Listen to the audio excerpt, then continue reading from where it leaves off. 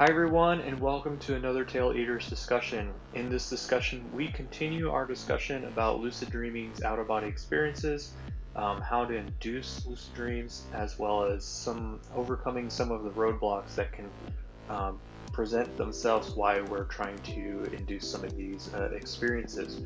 Also, we dive into supplements and how some of these supplements can be used, as well as the positives and negatives of supplements, and if people should use them. Is it a way to cheat, or is it something else entirely? So, without further ado, let's get to the discussion.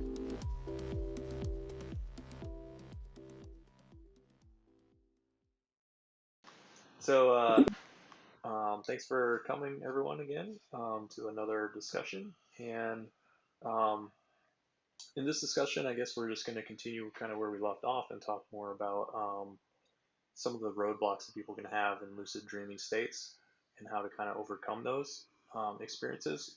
I mean, many people that watch these videos probably, if in the discussions that we're having, are generally trying to induce lucid dreams, most obviously, or have out of body experience. And often through my personal practice, I've run into times where I'm not capable of continuing on in the lucid state, or it seems that a roadblock comes up, and then I get disheartened, and then and that's pretty much where it goes. And then maybe a couple months later, I'll start back up again. So I wanted to see like your guys' perspective on roadblocks that you've come up in your practice, and how you've kind of continued on the practice, and um, how that affected your life, I guess. So um, we'll start with Andrew, since he was the first to show up, and see maybe he can lead us off in this discussion. So take it Yeah, away. absolutely. Absolutely. I know exactly what to say on this one. Biggest roadblock for me is well, two parts. First of all, maintaining reality checks during the day. It's just hard to do that because things like I'm in front of a computer all day, so I can look at a clock and look away, but that's totally mindless, and I will forget to do it, or I'll do it so mechanically I'm not thinking about it at all. And this leads me to part two. Like I've come up with other reality checks, and I just had a recent example of this where, like, when I'm sitting at work all day, I'll think of two or three people that I'm only going to see at most once a week and only in a certain location, and I'll look around and go, I'll say their names and I go, they're not here, he's not here, she's not here. If I see them, I must be dreaming. And a couple nights ago, one of these people appeared in my dream in a very unusual circumstance, and it didn't phase me at all. So my roadblock here is, one, how do you do reality checks that maintain your interest level? And two, you have any issues with them not working? Because I've had lucid dreams in the past where I look at a clock and look away and I realize I'm dreaming, but then I've had other ones where I look at a clock and it stays the same. It doesn't change. So it just, like, no matter how weird my dreams are, like nothing. Well, I take that back. Sometimes I do see weird things and realize, okay, I must be dreaming. But other times it's like even things I'm training for, like reality checks, I see them and they don't phase me. Yeah, that's a good question, man. Maybe somebody in the group here can answer besides myself, give you some ideas. When I was doing reality checks all the time, I would put a Fitbit on that vibrated, and so throughout the day, randomly, nobody else would know about it, and it would just buzz me quietly, and then I would just look around wherever I am, because you find that you're driving, you're doing your everyday thing, you're not realizing that this is like you're just getting caught up in life. So the more you actually look around and you're like, wait, why am I driving right now? Where am I going? Where was I 5 minutes before? And then I would come into the house and I'd jump, and the kids would be like, I'd be like, is this real? Am I dreaming? Is this real? And the hand through always works. But the more I did that, the more I would find that, like, when I was actually dreaming, I would say, is this a dream? Like, I would do those reality checks. I haven't done that in a really long time, and I need to start doing it, because I would lucid dream when I would do that. And I just started putting my Fitbit on again, but I have it for the middle of the night, and so that it buzzes, like, you can wake up. But for some reason, we were in San Francisco, and I had just said I need to start doing reality checks, and the Fitbit started buzzing throughout the day randomly, but it's not programmed in my phone, which is even more strange, because it's like I'm getting random reality checks that I didn't set up, but it's working. And then today, I think today's actually started maybe, I took this, I was showing them the, That's the hyperzine A, I think, right? yeah. And I sort of just, that happened today. Like it started as a lucid dream, but not really. I just became conscious I was in that energy body. And then from there, I had like 4 or 5, like just, it was just completely out of body. And then I was pulled out 3 times by the same person and went to the same, I kept going back and I kept getting pulled out. So, but maybe this jump started today. I don't know. Maybe it's because I've been traveling and I haven't really meditated in like 4 days. And then today I started back my everyday, but the reality checks I think are great. I think that's like, that's one of the main, I would say, for me at least, helps me out. Okay. What about you, Chris? Do you have anything to add about that? So Andrew, you use reality checks in order to do the lucid dreaming, correct? Yes. So do you have any other techniques that you use besides that? Well, I mean, I've been trying to mix it up with different reality checks. Like mostly I try to use it just looking at my hand, and I got this from Todd Akamesis. If anybody's familiar with him, is I just look at it and go, turn blue, turn green. I have had success with that happen. But even then, that's another thing where sometimes it'll happen in my dream and I'll become lucid, or sometimes I'll look at my hand and, nothing happens. And then it's like, I just carry on. Other than that, I also do the finger and the palm. But I've just been trying to come up with stuff that's not like I've tried the other stuff, like, every time you go through a doorway, ask yourself if you're dreaming or whatever. But stuff like that it's almost too automatic. I don't think about it at all. And it just becomes like, I'm trying to come up with stuff that will activate my conscious mind enough where I'm really going to think about it. And then, that'll pay off in a dream. But just looking at a clock is really not doing it for me. Yeah, I don't have the patience to do the reality check stuff. Well, that's another problem, is I constantly forget about them. Me too. And when I get into the dream or like an out of body, I almost lose my memory of this place. So even if I do the reality check, like I won't remember. Like I'll think to myself, like in the dream, I'll be like, is it 2016 or is it 2018?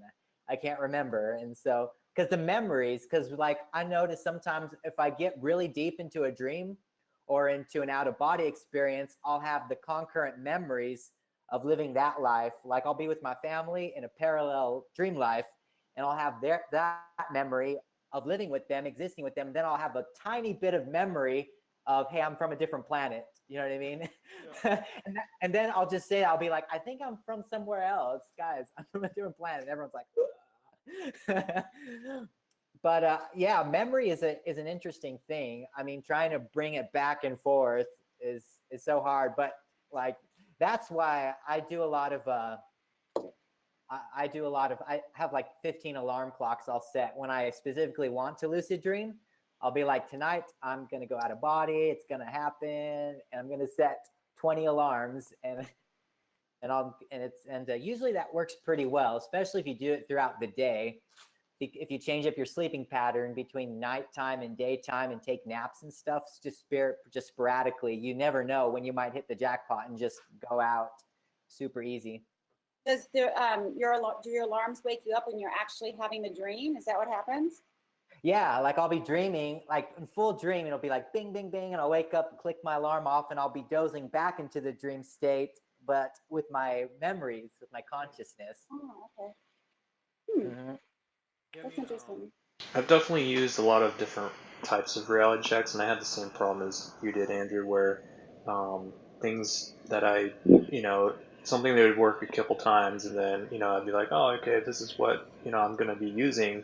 And then I go into the dream state and, like a clock, like you were saying, it would work, or a light switch. Generally, like I turn on and off a light switch.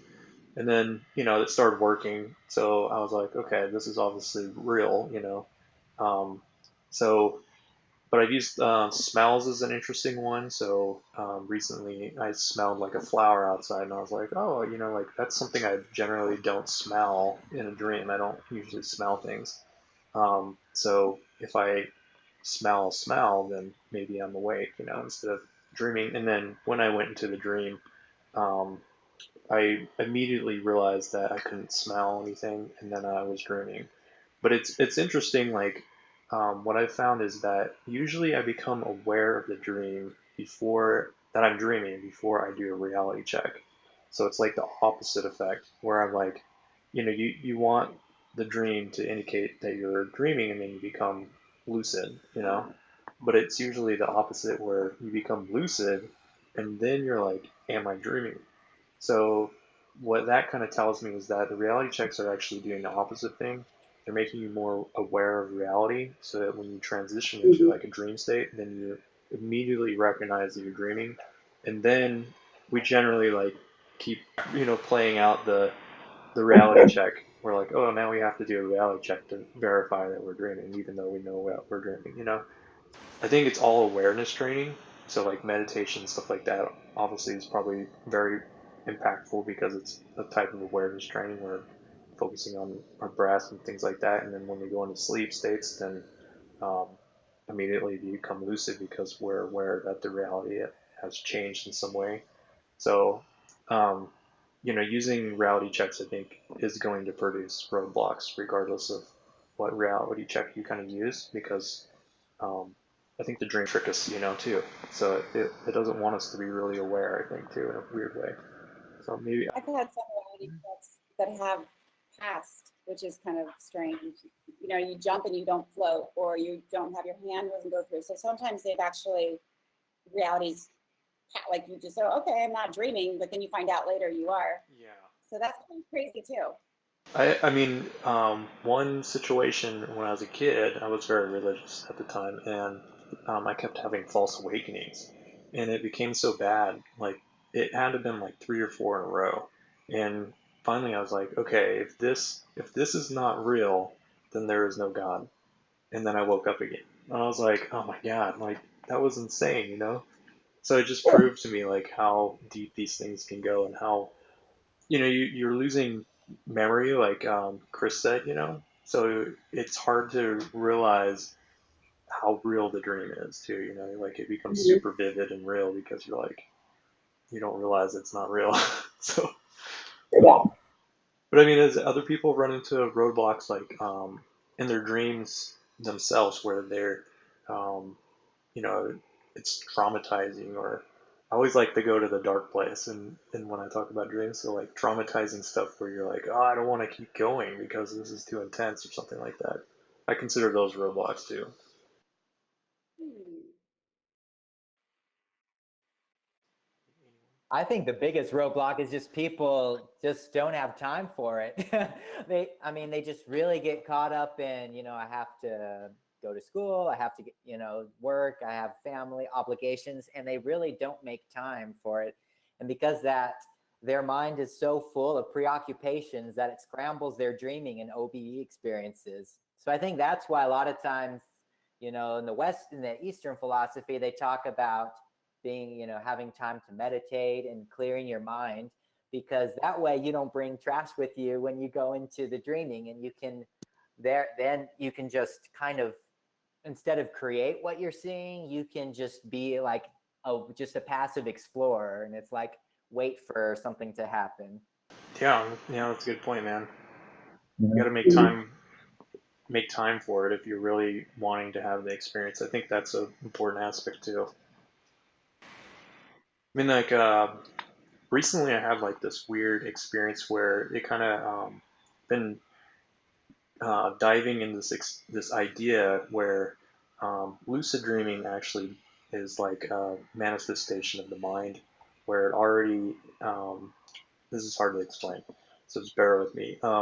This idea where you lucidity is caused by your mind. First off, like we don't actually we may think we're lucid and aware in our dreams and that we caused the lucidity, but this was already kind of like pre-processed in our brain, like the concept that everything that you experience in life is already um, processed in your brain before it's outputted. And so, like a lucid experience is already kind of like your brain has already determined in some ways that you're going to become lucid. You're going to be aware, and then you're like, I'm aware, like that's the output. So it's already processed in there. So the idea is, to me, that I was like messing around with my mind was that lucidity is actually like the brain. or the consciousness or subconsciousness, you could say, allowing you to be aware in the dreamscape versus like me forcing my consciousness to be aware. So like kind of like a gift in a way. So I was playing around with this idea, and then I went to sleep, and I had this interesting dream where I was in school, and this doctor at the school, he stuck a metal device in my arm, and as immediately when he stuck it into my arm, I became lucid 100%. Like I knew it was a dream, and it wasn't something that I had like prepared for or anything. It was just immediately I was lucid. And then I was like, oh wow, like I'm in a dream. I'm just gonna let this happen. This is getting kind of weird and scary.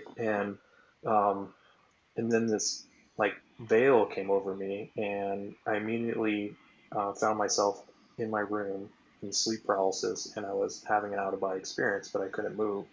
And I started seeing like traumatizing type things in my room that normally happen for me in sleep paralysis. And I was just like, I'm just going with it, whatever. But then the alarm went off and I woke up. But what that told me is like, it kind of assured my initial idea, or at least gave me a false sense of insurance, where I would think that I was in control of my lucid experience, but really the dream to me was telling me, no, like my subconscious is actually control of me getting lucidity, and all these things that I'm doing is just really like giving my subconscious like the okay, like I'm willing to have this experience, and it's like, okay, Lee's willing to have this experience, and then we'll give it to him. So it's like a weird, it's a different way of thinking about it. And I don't know what you guys think about that idea. Like, it's kind of hard to understand that, I guess. So you think that you're something inside of you is making that happen already before it happens, or something outside of? I want to make sure I understand. So it'd be You like said, me, I want to have that experience, like I'm saying I want to have that experience. So I'm going to do a bunch of stuff to try to have that experience.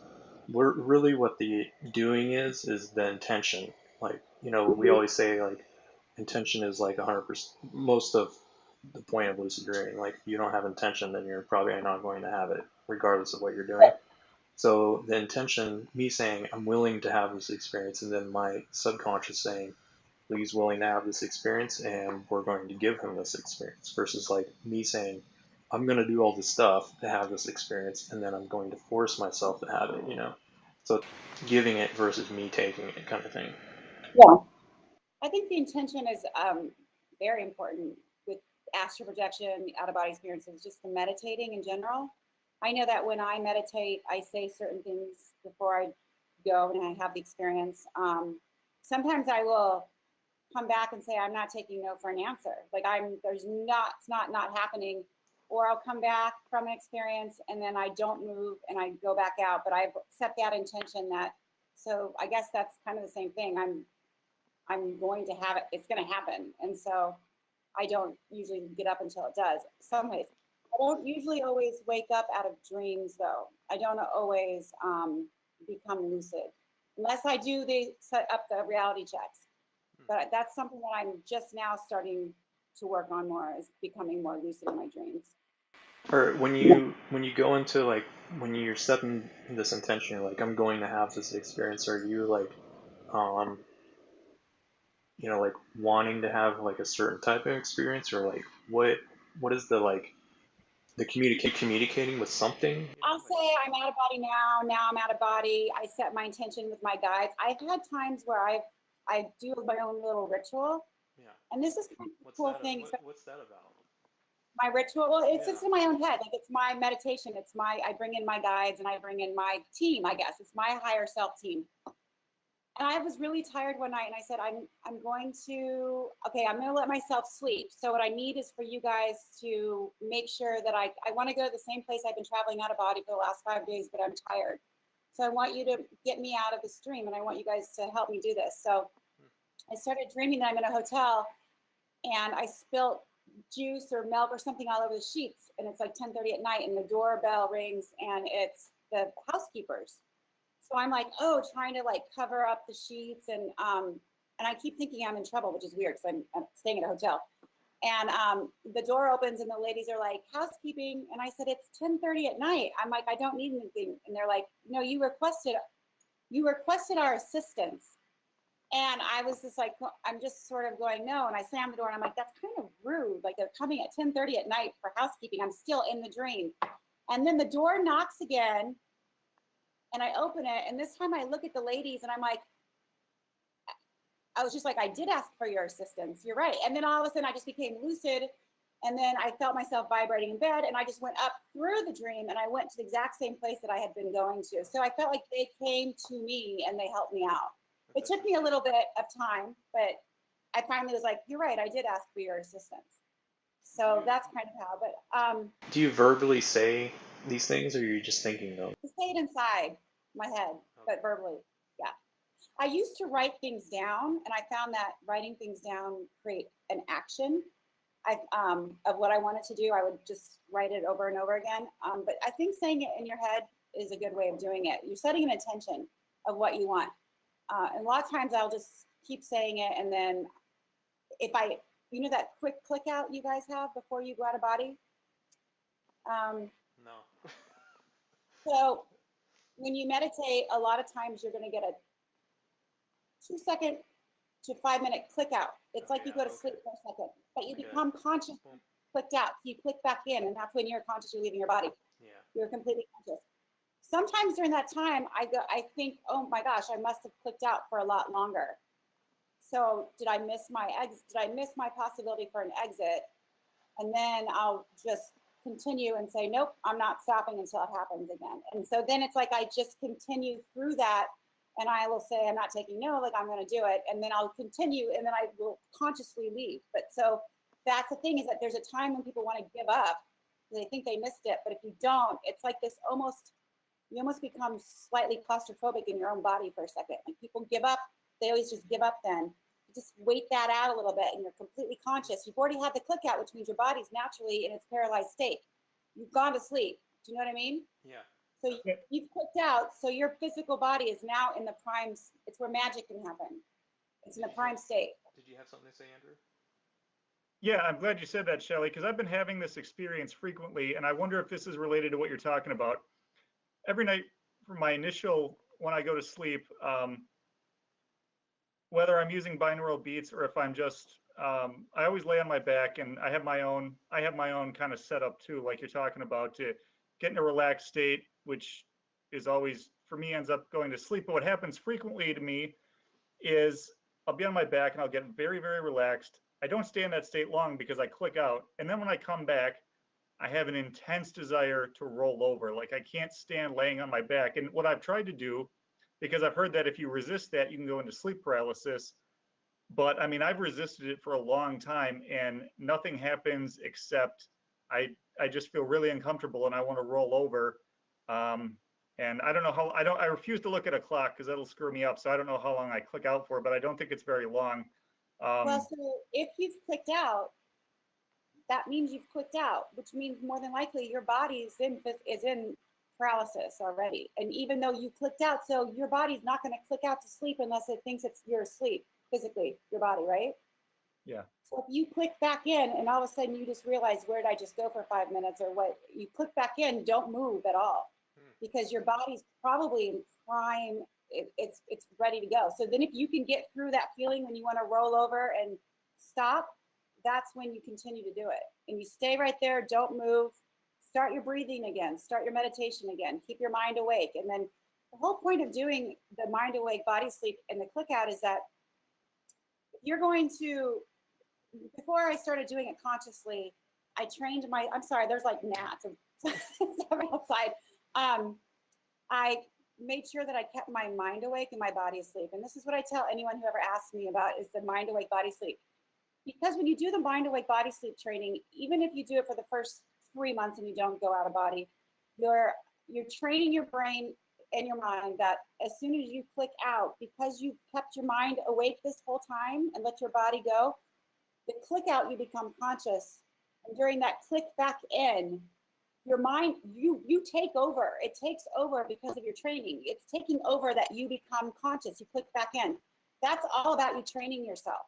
So that's why people then can leave their bodies awake instead of through sleep.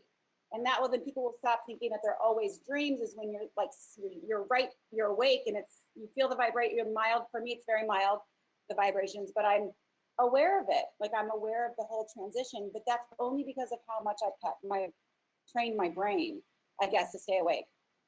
But that ruins normal naps. So I couldn't just go lay down right now and take a nap, because I have myself programmed to stay awake, which is kind of a bummer, honestly. Yeah, I have the same problem. I can't take naps during the day anymore. It doesn't work. I can't sleep. It used to though. Did that make sense to you, Andrew? Andrew, what you were saying, did that make sense to that? I mean, did that, your Yeah, click out? do you know where that intense desire to roll over comes from? It's that's your happy spot to sleep, probably, right? That's your easy sleep comfort spot. Yeah, generally once I go to, well, I had 2 years of like life-wrecking insomnia, which I've since fixed. But the problem is I still wake up, and I don't sleep during the day either, but I wake up probably 6, 7, 8 times a night, maybe. And I frequently go from being like, I also don't wake up in a hazy, relaxed state. I'm generally wide awake, and then I get up and go to the bathroom, and I lay back down on my side, and I can go back to sleep, and I get restful sleep, and I have lots of vivid dreams. And I've been hoping that since I can't seem to beat this, I don't think I'm ever going to go back to one of these people who lays down and just sleeps for 6 or 8 hours straight.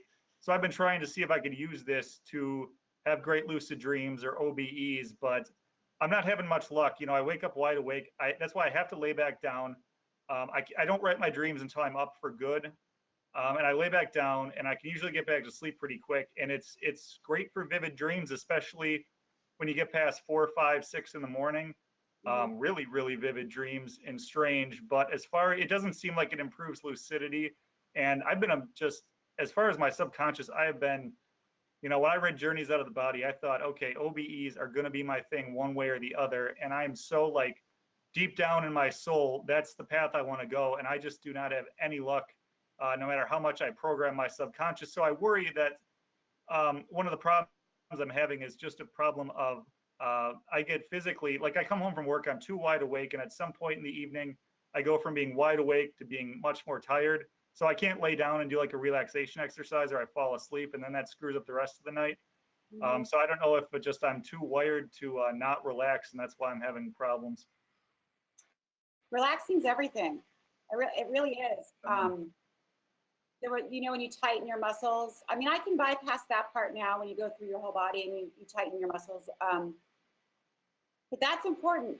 For some reason, you can be holding tension in parts of your body and you don't know about it. And if you do that, you're not letting your body fall asleep truly. And so sometimes there's a time when it'll call you. Like for me, I'll be working or doing something during the day, and I get a call, like a meditation call. Like it's at that perfect sweet spot where your body's going to fall asleep quick and your mind's going to stay awake. That's one. But sometimes at nighttime, I can lay down. This doesn't happen that often anymore, but it used to happen where I could lay down, and as soon as I lay down, I'm not even meditating. I'll hear, it's like a static sound in my brain. And I know that as soon as I close my eyes, I'm going to leave my body. And I didn't have to do any of that. So think about that. That is me probably physically exhausted, right? So my body just falls asleep, but somehow my mind is awake. My mind is geared up to go. So right there, I'm trying to figure out what is that chemistry in my body that's creating that. So if you're too tired, you're going to sleep, and if you're too amped, it's not going to work either. So it's got to be that kind of nice middle ground in there. Sounds like it's hard for Andrew to get to that point in his experiences. Andrew, when you lay down and you're like amped up, are you like thinking a bunch of like things that you have to do the next day or do and things like that? Well, not necessarily. I've made a lot of progress in that regards. One of the things Tom Campbell talks about that really fascinated me was how he's talking about eventually he found that getting into that altered state, and I found that just doing this, I've become really interested in how humans can influence their own states of being. And And like what he said was that it turns out, you don't, to get into the OBE state, you don't have to go through a long ritual where you go to the borderline sleep state. And because he's a pro at it, he claims he can do it in a 1/10 of a second. So I've been trying to work with that throughout the day because I have so much time where I'm either in isolation or I'm doing work that I've done a million times before, so I don't have to think about it. And it occurred to me that my mind is always wandering and going into daydreams. So why can't, and I can go back, I can sit there and have some random memory that makes me uncomfortable because I'll just think of some weird thing from the past. And I thought, well, why can't I put that to good use? And so I've been trying different techniques with that just to improve the quality of my daily life, be more relaxed, have time go faster, whatever. Because the old approach to it, doing all the exercises where you relax, and I'm one of those people, like, I hate breathing exercises except for 4-7-8 breathing. That seems pretty good. But for me, if I sit down and pay attention to my breath, my breathing gets shallow, my heart starts racing. Like, I have to do something that engages my mind. So what I do when I go to bed is, I've actually gotten to the point where I used to be one of those people where I love to lay down and relax before bed, but it takes me 1, sometimes 2 hours to get into a relaxed state. But I've cut that way out to now maybe 10 minutes I can be out following my own kind of visualization routine. So I found that, he's right. If you have a belief that it's going to take you a long time to get into a certain state, you're locking yourself up with that. But now that I found that, okay, I used to never be able to relax. Now I can shut myself down and out in, a fraction of the time. So I'm trying to figure out, like, what's the next step for that, how I can use that to become more lucid or maybe have some out of body. I think it's. I think. Go ahead. I was just going to say, I think that there's a difference in your mind with daydreams than there is with your mind worrying about your daily activities or your stresses or that kind of thing when it comes to meditation. Because I found that if I do get lost in a daydream meditating, sometimes I'll hear a voice call my name. And I feel like it's almost like I forgot what I was doing, but I was in a daydream, not thinking about the 10 million things I have to do and just life. It was actually a place where I ended up being.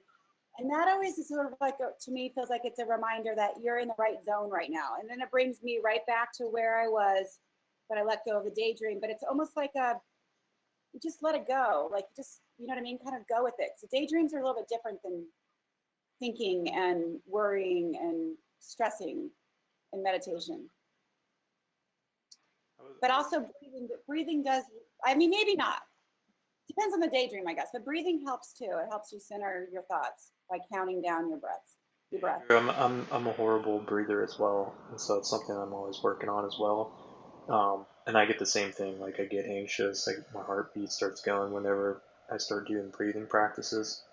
And it's always been hard for me to talk to. So, like, I'm not sure if you have, like, talking issues, like voicing your opinion, things like that, but that could be related to, like, some type of breathing issues that you have, or you may have, that I definitely have. But relaxation is definitely something that you should work on. I'm always working on that too because I have chronic pain throughout my body. So, like, being able to fully relax is really not easy for me, and it's something I'm constantly working on. So, just because, like, Campbell can, exit his body in like a couple seconds or whatever, doesn't mean that you and I can, because we may have some other stuff going on in our body, and it may take us a little bit of practice in order to get to the point that he's at. I mean, like, he didn't just get out of his body. I read his book too, and it wasn't just natural for him when he started. So, these are some things that take practice, I think, over time. Well, yeah, you just reminded me of something with that. Is a big problem I used to have when I would lay down to go to sleep and I try to relax is I noticed my heart was racing and I couldn't control it. And everything I did to relax, to slow it down, didn't help or made it worse. But then eventually what I noticed is if I didn't pay attention to it and relaxed everything else, at some point my attention would naturally drift off of it and it would slow down to normal. So that's why I'm talking about, like, if you instead of going through a long, whatever meditation process to get into an altered state, maybe it's not that hard. I could slow my heartbeat down from being out of control and anxious to normal in about 5 seconds if I could just shift my attention off of it fast enough. Yeah, that's a good point, man. Yeah, I mean, not focusing on things is definitely gets you pretty altered pretty quickly. I think if you're capable of doing that, a lot of people it takes some practice to get to that point, but it sounds like you're on track. You got, Oh, you need to no, add I've been that too. listening. This has been good Okay. stuff. I didn't Good know if you stuff. had something to say, man. No, I was I'll just talk about like one of the omens because I love seeing omens. But yeah, Shelly, if you've been seeing gnats everywhere, because I had that last week where gnats were just everywhere and I'm I cleaned I'm everything. outside because my whole family's home right now, and they're just living, and so having people. So I thought I'd come into this little porch area, and Uh-huh. there's stuff. They're Yeah. and I Well, sprayed myself with mosquito spray. I don't know. uh well, Yeah, I but just this know would that be an omen. The they're gnat. the yeah, they're the gnat omen for like the mystical, magical, trying to get your attention. Because I know, like, if I'm like super carried away with video games or something, I'll have gnats just come out of nowhere and just be like, blah, blah.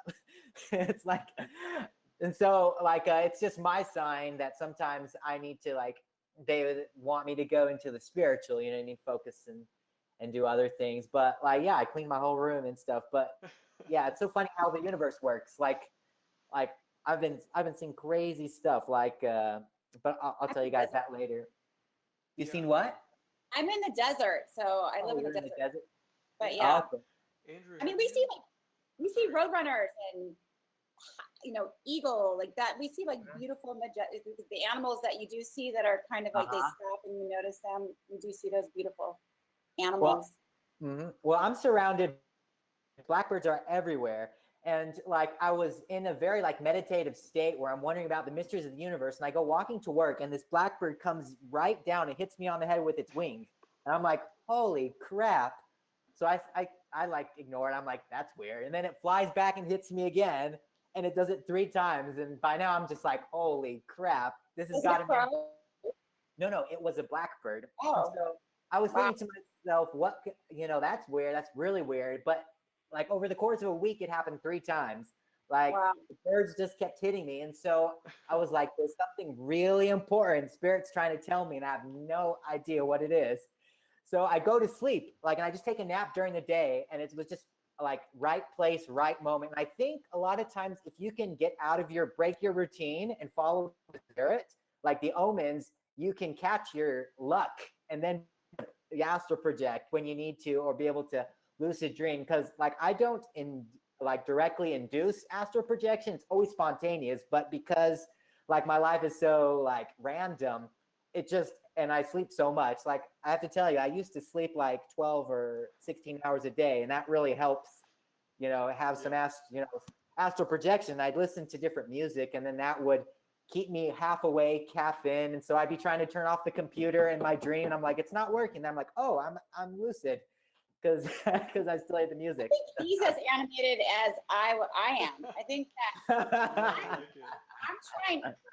Cecile told me from Faye's that if she tried to transcribe our last meeting that I was here, she wouldn't have been able to write down what I wrote. So I'm trying to slow down a little No, bit. that's good. Yeah, That's I like awesome. it. So you're very animated. I speak your Yeah, language. I hear you.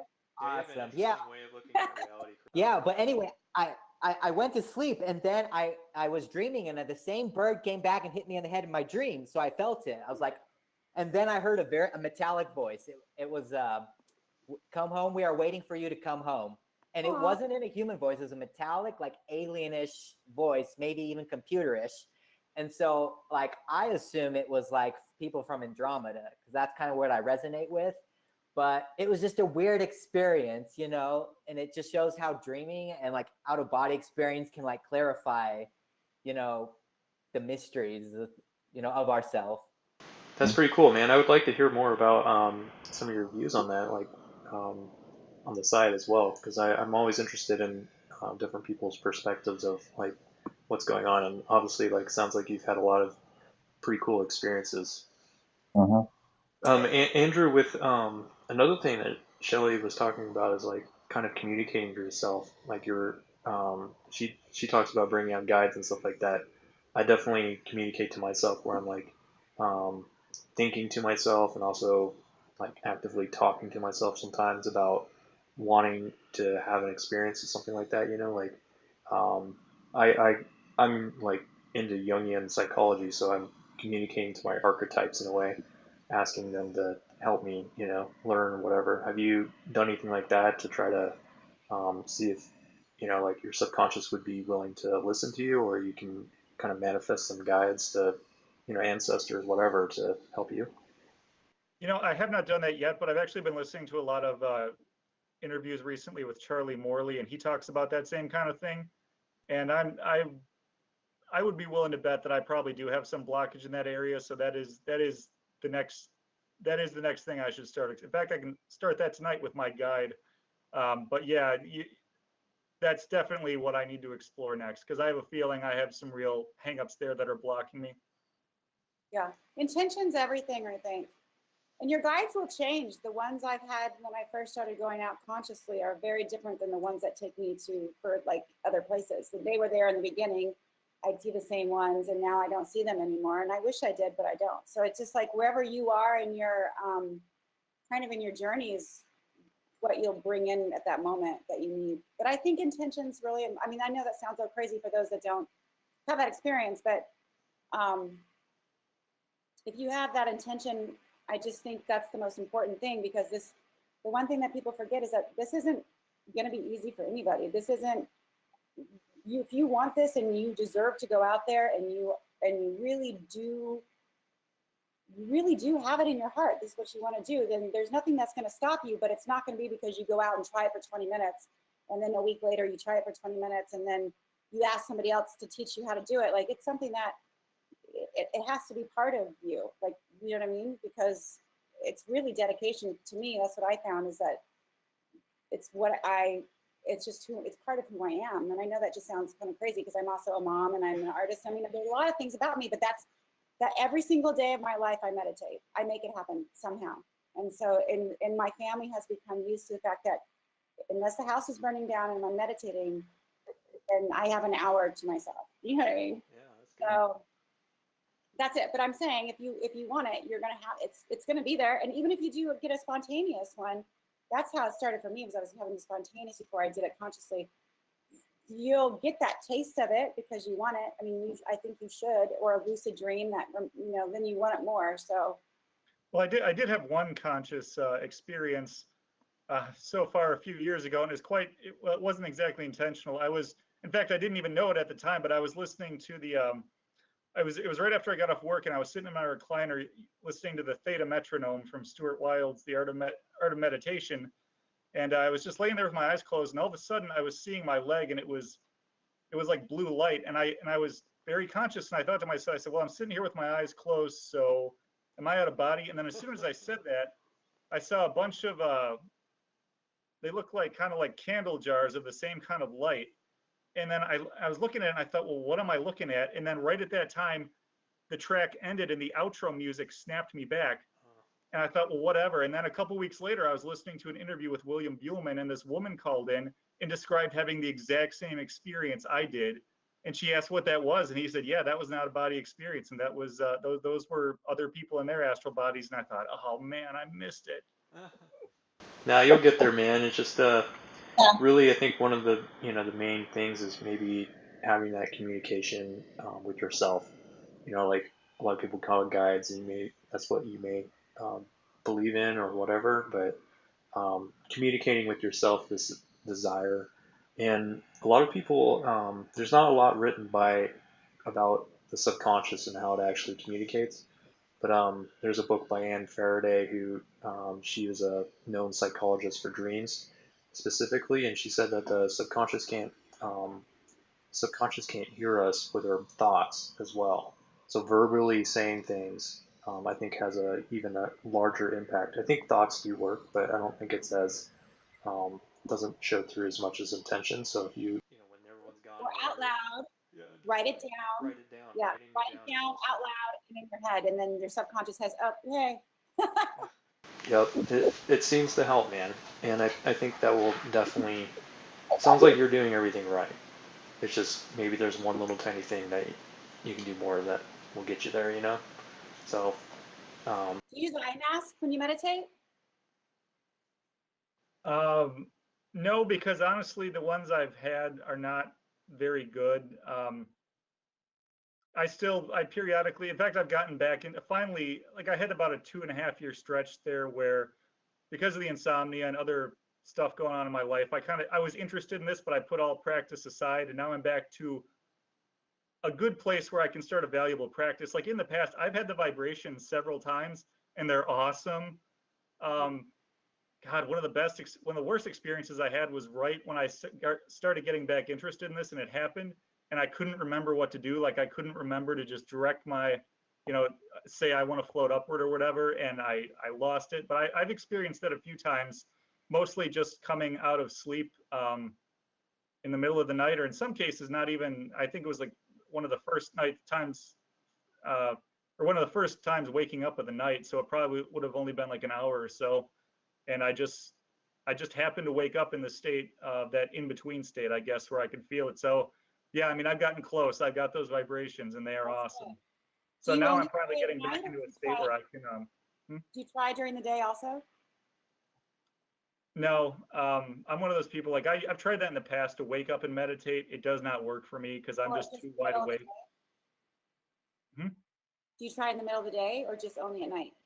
Well, I have a normal day Or schedule, so I can't, yeah, I you're try fine. and meditate a little bit at work, but there's really no place where I can go where people aren't going to be walking by and distracting me.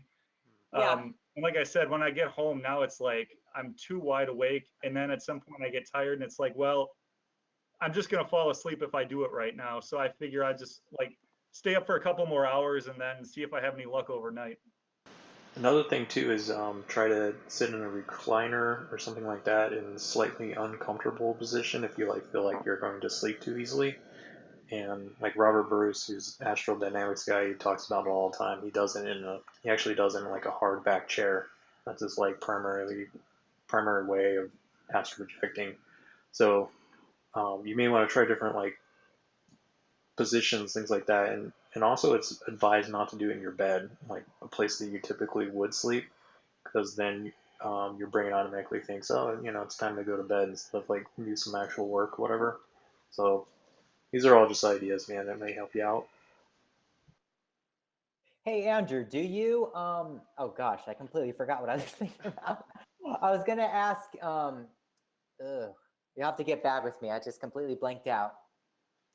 Okay, Happens. yeah, that's fine, dude. So talking about like cheating and getting into these states a little easier, I wanted to discuss with you guys about lucid dreaming pills, supplements, and what your views on that are, and like what you've kind of, if you've used anything, like what your perspective of that is, and if you haven't used anything, what are your questions, things like that. So I know Shelly brought some of her own personal supplements to share with us, so take it away, I guess. Well, I've never used anything, not even binaural beats to go out of body, but I have used this ZMA, which is basically just zinc, magnesium, and vitamin B6, and it makes your dreams really vivid. So those are trying to lucid dream, it does help, but don't do it all the time. But I have the lucid, whatever this one, that I think I saw it on yours. Somebody, Yeah, maybe Johnny from hypersine, or is that the loose? What is that? the Lucid? lucid M mine, lucid Lucid. nootropic enlightenment. It has a few things on there. I don't know. It has the one. I don't know. I thought they got it from. I don't know. I'll send you a link to this so Okay. you can look at it. Yeah, this is the one I actually tried today, first time. Can you guys see that? That's the Hyperzine hypersine. A, Hyperzine, Hooper. I don't know. So Hyperzine A, Hyperzine or Hooperzine. And today, I don't know. I tried it before my meditation, and I had a very successful, went out like 5 times, was pulled out about, I mean, I was very aware. So I'll just say right now, this worked for me today.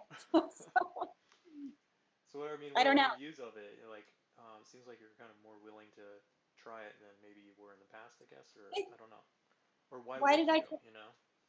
why did I try it today? Why? But I mean, Because like, yeah. it came, um, because sometimes I have, like there was times when I would be going out 4 or 5 times a week and I would have amazing experiences. And then there'd be times where I didn't go out for 7 days or 8 days. And so I sometimes felt like I don't ever do anything else. I don't do the beats. I don't do any of that stuff. It's just me. And so I thought I would try it. And then today it worked. So I don't know. I'm up to try anything new.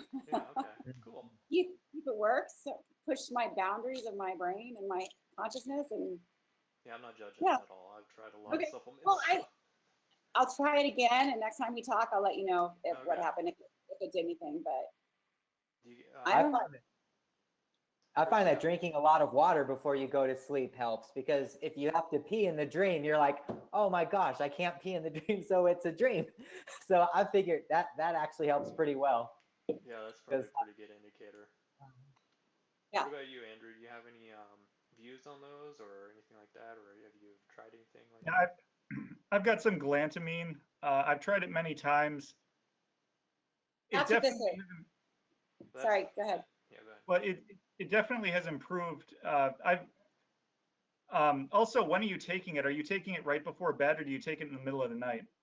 Well, so this one, so that's the ingredient on this, the Lucid one is glutamine. It's 6 milligrams each. So that says, I haven't done this yet, but I think I read on your thing on it that you need to do it after 4 or 5 hours of sleep, or I'll look at your directions on it. So I'll try that maybe tonight. I don't know. I mean, I don't know. Can you mix these two? Um, I would Sure. just use the one, just the Okay. glutamine if you're gonna do that. And they work really good. The both of them together. No, so I would do this later. This one I actually just did right before I lay down and meditate. So, but yeah, I would do it later. You said you have tried it though, Andrew, and you didn't have any Yeah, results? Or? I've tried it. I've taken it in the middle of the night after about 4 or 5 hours. It definitely improves dreams. I've tried it. I used to have a blend that had choline and vitamin B5 with it. I've tried that. I've tried taking like extra choline in the evening. That doesn't seem to matter. Um, so I originally got it for its alleged. It's supposed to be great for OBEs. I used to try the interrupted sleep technique with that, where you'd wake up for like an hour and then go back to bed. I can't really do that now with my sleep problems. So I still try it sometimes. I would definitely give it a. It does improve dreams. I haven't had any amazing experiences though. The other supplements, I don't see this mentioned a lot. Just the amino acid glycine at bedtime, that will definitely make your dreams seem much longer and more vivid. And I also posted a few days ago echinacea and gustifolia. I bought just to see if it would help me relax well at bedtime. It does, but it gives you long, weird dreams. Oh. You have to send me links about that stuff so I can do some research. Yeah, I mean, the galantamine, like if you're using it like 4 to 5 hours after sleeping and then waiting an hour, that's when it's gonna be like peak level. So that's probably the best time to use it, but it'll make it almost impossible for you to go back to sleep. So like everyone complains about that. They're like, I can't sleep, and then you're like, yeah, that's what it's supposed to make it so it's hard to go back to sleep. It's doing what it's supposed to do, you know. So Yeah, I didn't really notice any problem. I didn't notice any problems like that. It did make my dream. I would say it made the dreams more vivid, but did not have any super lucid effects. I felt just as rested and woke up the same. I don't know. Again, it's supplements too. If it's still going to be a problem for me that I just wake up so often during the night, I'm constantly interrupting my sleep, that the supplements aren't going to have the same effect on me. I don't know if that's got something to do with it too. yeah, that would definitely have some effect on it. Another one that you can try is using mugwort and 5-HTP before going to sleep. And as long as you're not taking like additional vitamins, because if you take 5-HTP, which is like a precursor to serotonin, and you take like vitamins B6, it can be too much serotonin in your system and cause some like issues. So, you know, with all supplements, you want to make sure that you're like taking stuff that's actually not hurting you. So you kind of want to do some research about it. But 5-HTP will make it so you don't have dreams early on in the night. It pushes your REM sleep later in the evenings, and then the the result is you're supposed to have more memory of your dreams because you're having more REM later on in the evening when you generally would wake up. So a lot of people use that, and it's pretty effective. And you can use that in combination with galantamine as well, as long as you think it's safe for you. You know, I'm not telling anybody you should do this, but you know, be cautious.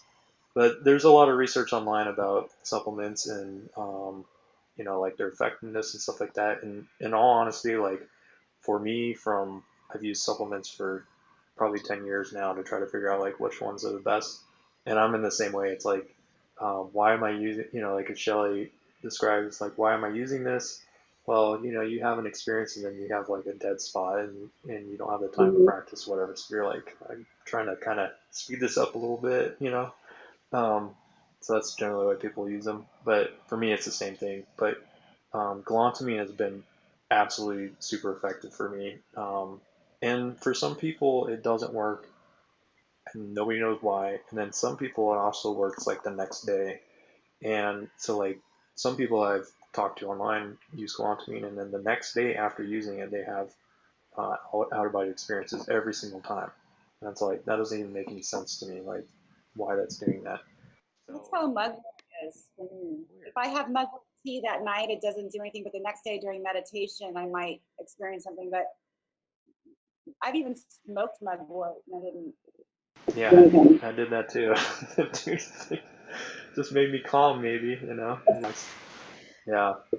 So I personally think that a lot of people online are like, supplements are cheating, and you're doing all this negative stuff. You don't need to do that. It's like, well, for some people, like that have never had the experience before, or they can't have the experience because they lack some type of like amino acid or vitamin that's naturally supposed to happen in your brain, then I don't see anything wrong with people using something to have that experience. And then like, not use it as a crutch or something like that, but use it as a tool, just like meditation is a tool, or, coffee's a drug. People drink coffee all the time to wake up. So, you know, tell people that they can't have coffee, they're going to lose their mind. So that's just my perspective. I don't know.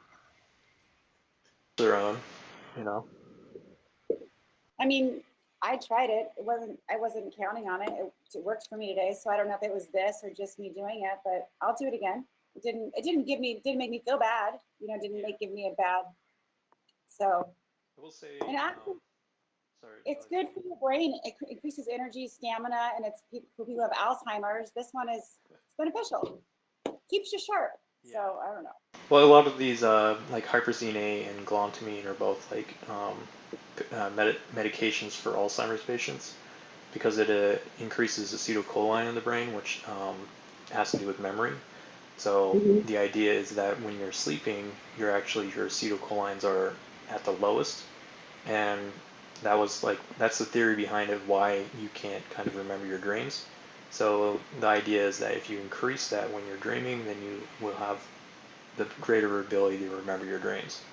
And not getting too much into detail of that, but I generally disagree with that, and that's what's going on. But it does produce a lot of different effects that actually seem to improve your memory through other means, I think. Mhm. So overall, I think they're effective, but I don't think they should be abused. So like hyperzine A and glutamine, you should definitely take like a 24-hour period before using it again, because Mhm. um, they'll start building up tolerance very quickly, and then they won't become effective. Also, you should definitely take like the minimum amount that you need, and because like Alzheimer's patients are taking like 24 to 16, if not more than that, and generally they're pretty safe too, even at that level. So, but I mean, like, you don't want to need. These are also over the counter, so it's not. These aren't prescription drugs, which is good. So you can get them at a herbal shop, and so I don't think that you can really abuse them, which is good. Or overdose unless you took all of them. But I mean, I have a whole drawer full of supplements, so I'm pretty into that. And there's a lot of people that have been doing research on this. Like recently, there's two research papers released actually this month on glutamine and its effectiveness in lucid dreaming, which no one's ever had anything released before, just besides personal experiences. So that's like really new to the society. So like a lot of news articles are being releasing information on glutamine, saying new lucid dreaming pill, but it's like this stuff's been around forever. But Mhm. there's definitely like peer-reviewed research saying that like this stuff is super effective, more so than placebo. So it's like it's a pretty good indicator that it's effective. The thing that people have to remember, though, is that there's not going to be a pill that you can take to lucid dream. It's a tool to use so that those that are trying to lucid dream are going to be aware that they're dreaming. So it's not like someone is just going to take this and then all of a sudden be like, oh, I can lucid dream now because of this. It's because they're seeing the vividness of it and they're aware and they've been trying. And you know what I mean? It's kind of like it helps you. It's a tool, but it's not in itself going to create that moment when you go, I'm dreaming. You know what I mean? Like that's got to come from yourself still. It may just make you see things differently because everything becomes really clear, or you just catch on that it's a dream quicker. But I think that's still going to be up to you to have the lucid dream. Definitely.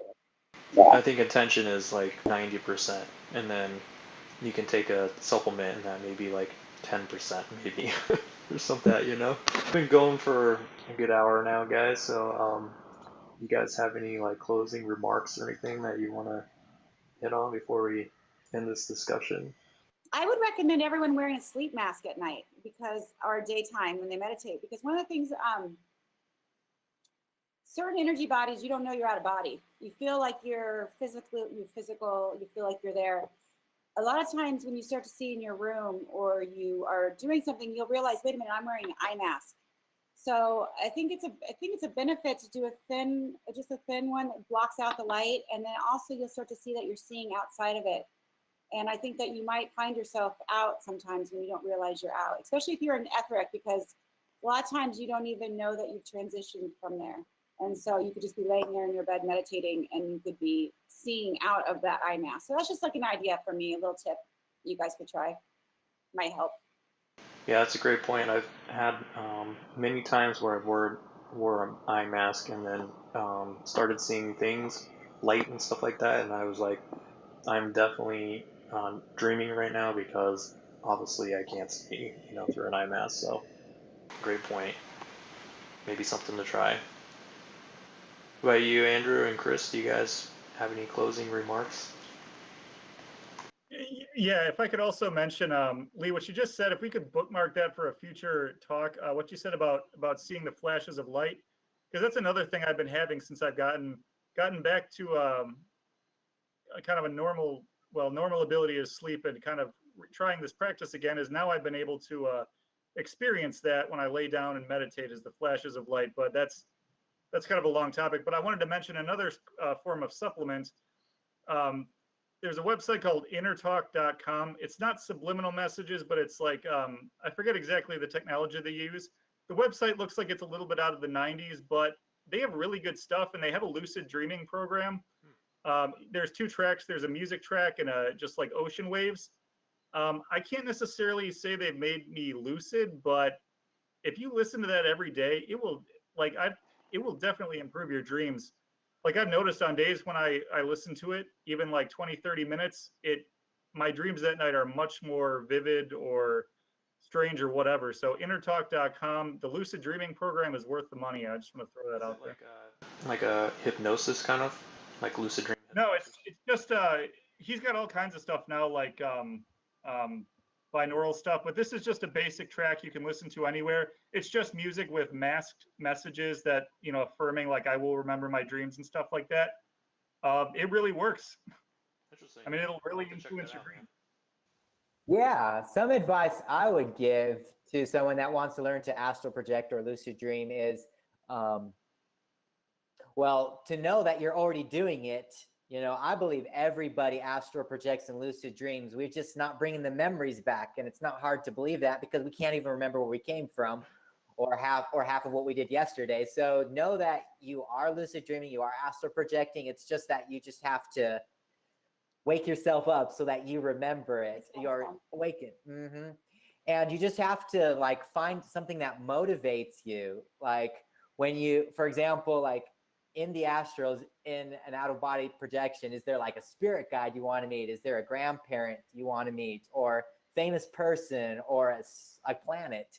Like just think of, or a different realm, a lost realm out there, you know, mythical or fantastic of some sort. And so just find what will drive your motivation and then just work on it. And the universe will open up paths that will just completely blow your mind. That's a great point, man. Yeah. All right, awesome. Well, thanks guys for showing up again for the second discussion. And it was great. Appreciate it. Everyone spending time with me and discussing these topics and sharing with other people. And hopefully it helps some people get over some barriers as well as maybe getting a little bit unstuck about trying some supplements in the future too. So thanks everyone, and hopefully we can do this in the near future again. Thanks, guys. All right, thanks. Thanks, Lee. Thanks. Have a good night. See y'all. Later. Bye, guys.